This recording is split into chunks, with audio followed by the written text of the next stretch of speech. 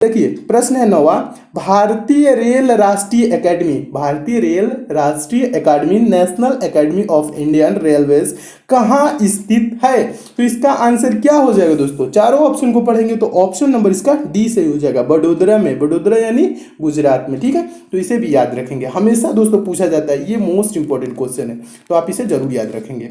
Next question देखिएगा 10वां प्रश्न है, निम्न 4 वेदों में से किसमें बुराइयों और बीमारियों के निवारण हेतु जादू टोना एवं मंत्र का उल्लेख मिलता है? किस वेद में मिलता है दोस्तों जादू टोना एवं मंत्र का उल्लेख? तो इसका आंसर क्या हो जाएगा? ऑप्शन नंबर डी सही हो जाएगा, अथर्ववेद में मिलता है जादू टोना और मंत्र का उल्लेख। ठीक है, अथर्ववेद याद रखेंगे। ये भी प्रश्न दोस्तों मोस्ट इंपॉर्टेंट है, क्योंकि ये भी प्रश्न हमेशा परीक्षाओं में पूछा जाता है।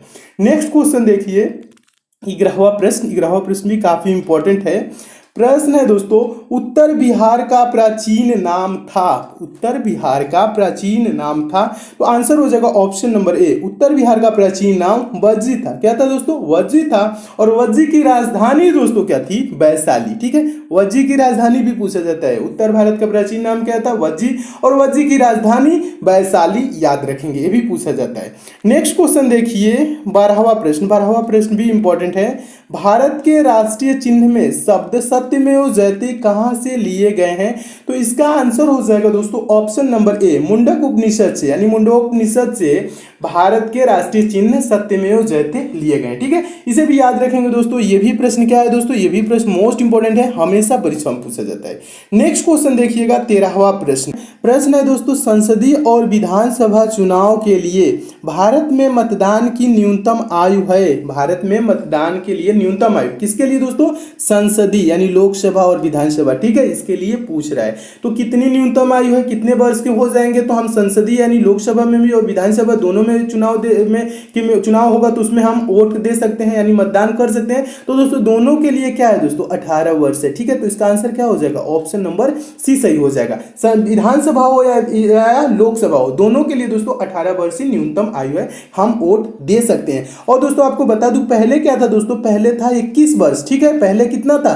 21 वर्ष के जब होते थे तब हम मतदान कर सकते थे, लेकिन 21 से क्या कर दिया गया दोस्तों? 18 कर दिया गया। कब किया गया दोस्तों? 61वें संविधान संशोधन के तहत। यह प्रश्न पूछा जाता है दोस्तों, हमेशा पूछा जाता है कि किस संविधान संशोधन के तहत मतदाता की आयु 21 से 28 कर दी गई?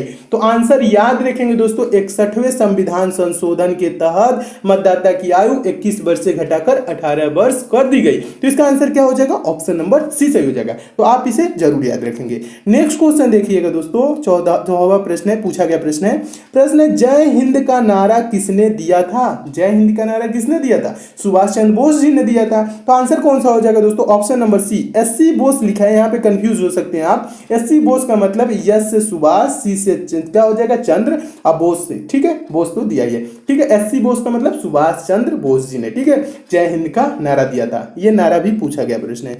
अगला क्वेश्चन देखिए 15वां प्रश्न है, निम्नलिखित राज्यों में से किसका अपना संविधान है?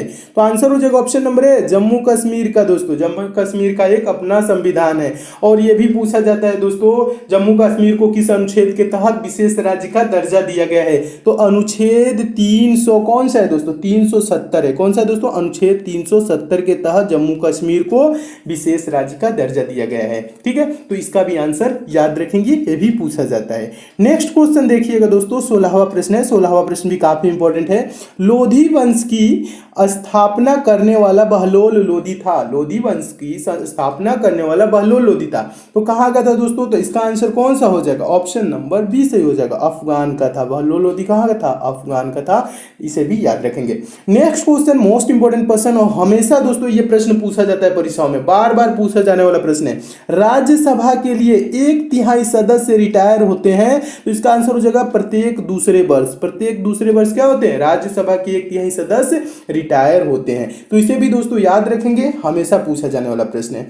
नेक्स्ट क्वेश्चन देखिएगा, अगला प्रश्न क्या है दोस्तों? अगला 18वां प्रश्न है, उस्ताद अमजद अली खां का नाम निम्न में से किस संगीत वाद्य यंत्र के साथ जुड़ा हुआ है? ठीक है, उस्ताद अमजद अली का खान। ठीक है, उस्ताद अमजद अली खान का नाम पूछ रहे हैं ना, तो इसका दोस्तों आंसर हो जाएगा 18 का ऑप्शन नंबर सी सही हो जाएगा, सरोद। ये क्या थे दोस्तों? सरोद वादक थे। और दोस्तों इससे रिलेटेड एक और प्रश्न पूछा जाता है दोस्तों, आपको बता दूं, हरिप्रसाद चौरसिया, हरिप्रसाद चौरसिया किस वाद्य यंत्र से जुड़े हुए हैं? ये इसका भी आंसर दोस्तों याद रखेंगे, बांसुरी। हरिप्रसाद चौरसिया क्या बजाते हैं? बांसुरी। ठीक है, हरिप्रसाद चौरसिया के नाम कभी भी दोस्तों आए तो बांसुरी याद रखेंगे, क्योंकि हरिप्रसाद चौरसिया और उस्ताद अमजद अली खान ये बार बार परीक्षाओं में प्रश्न पूछे जाते हैं। तो इसे दोस्तों दोनों प्रश्नों को याद रखेंगे। उस्ताद अमजद अली खान क्या है? सरोद वादक, और हरिप्रसाद चौरसिया बांसुरी वादक। ठीक है, दोनों को याद रखेंगे।